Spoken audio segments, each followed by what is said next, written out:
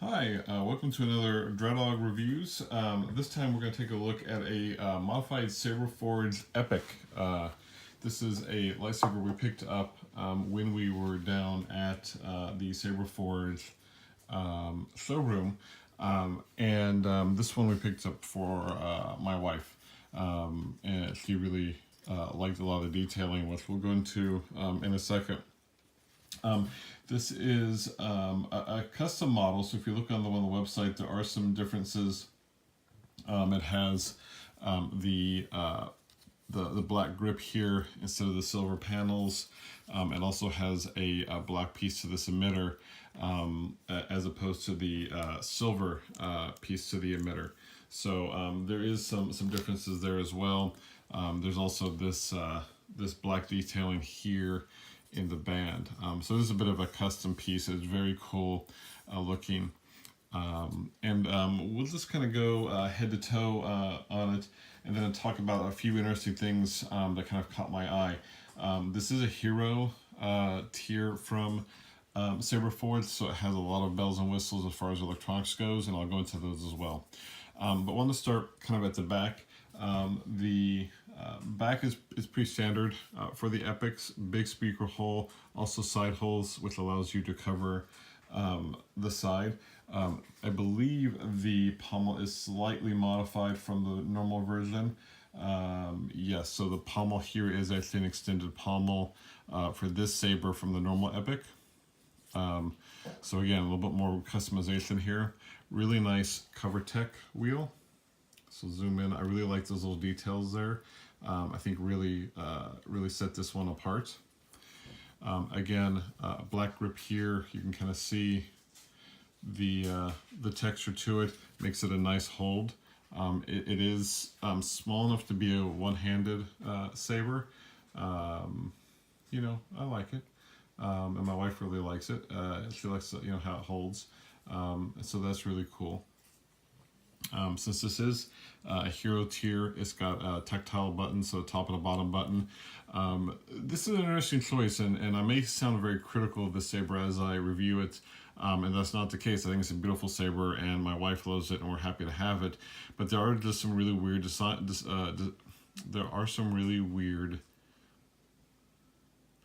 there are some really weird design choices that Saberforge has made that are different than what I've seen in other sabers. In this case, the two buttons, there's one button here, one button here, they're really small, so they can be kind of tricky to hit. They do have a kill switch on this one, so that saves the battery. I do actually kind of like this. At first I was not a big fan of the big extra button sticking out, but I like this that I can easily save the battery. So going on, around the switch area, we've got some nice detailing here. Again, I'll try to zoom in on some of this. You can see again, there's a texturing. While this is smooth, there's a little bit of texture inside here. Really, adds a lot of character to the saber. And again, this is a different switching box than your standard Epoch. What I think makes it more of an Epoch is this big blade emitter window. In this case, in black. Standard is silver with a black tube. It's really dramatic and really, again, makes it pop. It gives it a ton of character. Nice detail in the back. Makes these two screws look like they're part of a panel here that maybe controls some electronics. So again, it sells the story of the saber quite well. So pull out the kill switch, and you hear it come on, and we turn on with the top button, and you can see right away it comes on. It's got a nice blue. The LED is really bright. Speaker's very loud. Auxiliary button does things like laser blast. I believe you'll also do class as well. But what's really cool, it does have obviously your switching. If you can see it casts a nice light. And then I will turn the camera up a bit. And if you take this and just kind of rotate it a bit, so you can change the color. So now it's into a green, and then we rotate it again. It has to be completely vertical. holding completely vertical, which is why I'm not getting to change color. So let's go this way. Oh, and then I rock it, so it doesn't help. It is a bit, it can be a bit tricky. There we go. So there's a nice light blue. And now we're going into like a light green blue. And now we're into a nice purple. Now we're into a deep red. I'll stop there because I know what you're asking. You were like, well, Dradog, why aren't you doing this with the blade in? And I'll show that in a second. It's a bit odd, and I'm not sure if this is intent. I don't know if we've got some weird blades or whatnot, but this is the Saberforge blade that we got. You can see that they provide with the pointed tip, which I'm still kind of on the fence on. But if you look at the bottom, you'll see that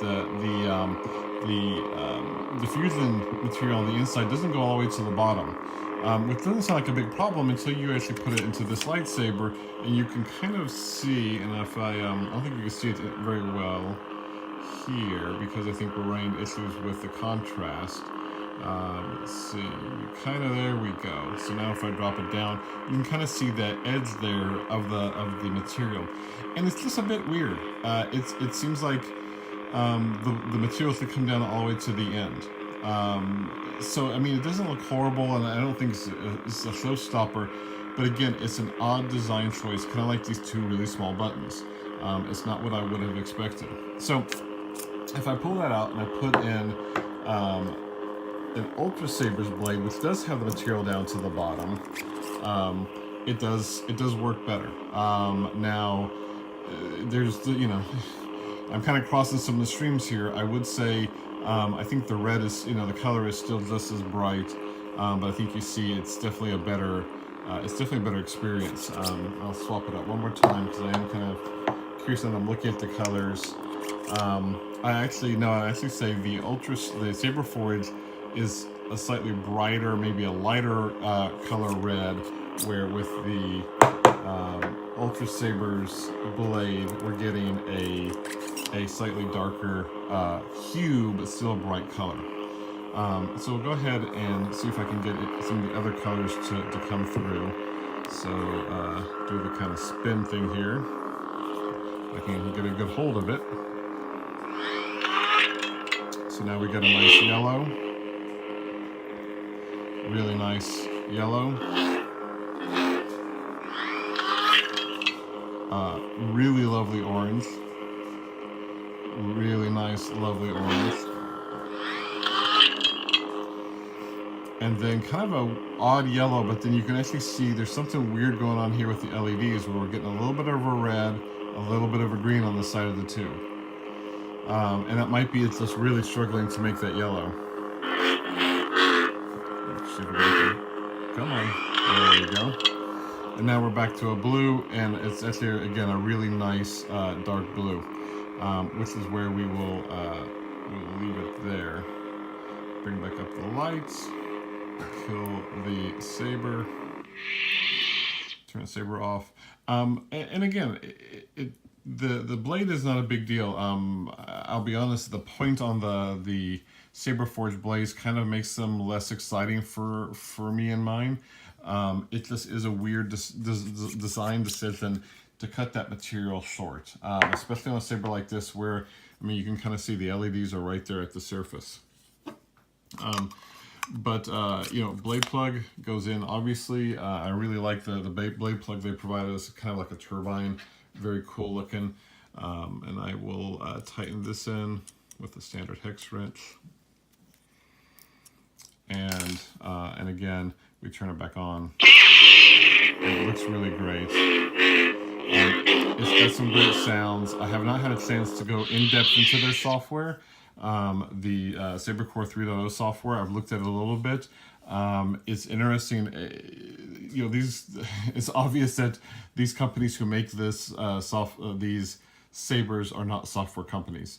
Their software is very Windows 98, Windows 95-esque. And I'm not trying to poke fun at them. I mean, I'd rather them make a good product and then make a okay software. But I do feel like at some point it feels like the software, you need a little bit of a degree, or a lot of patience and a lot of trial and error to figure out. You know, and so I found that the Saberforge software and the Ultra Saber software are both just needing some help. They probably would benefit from a good software engineer, just sitting down with them, maybe somebody that can work out a trade or something and just help them make a slightly better, more user-friendly software.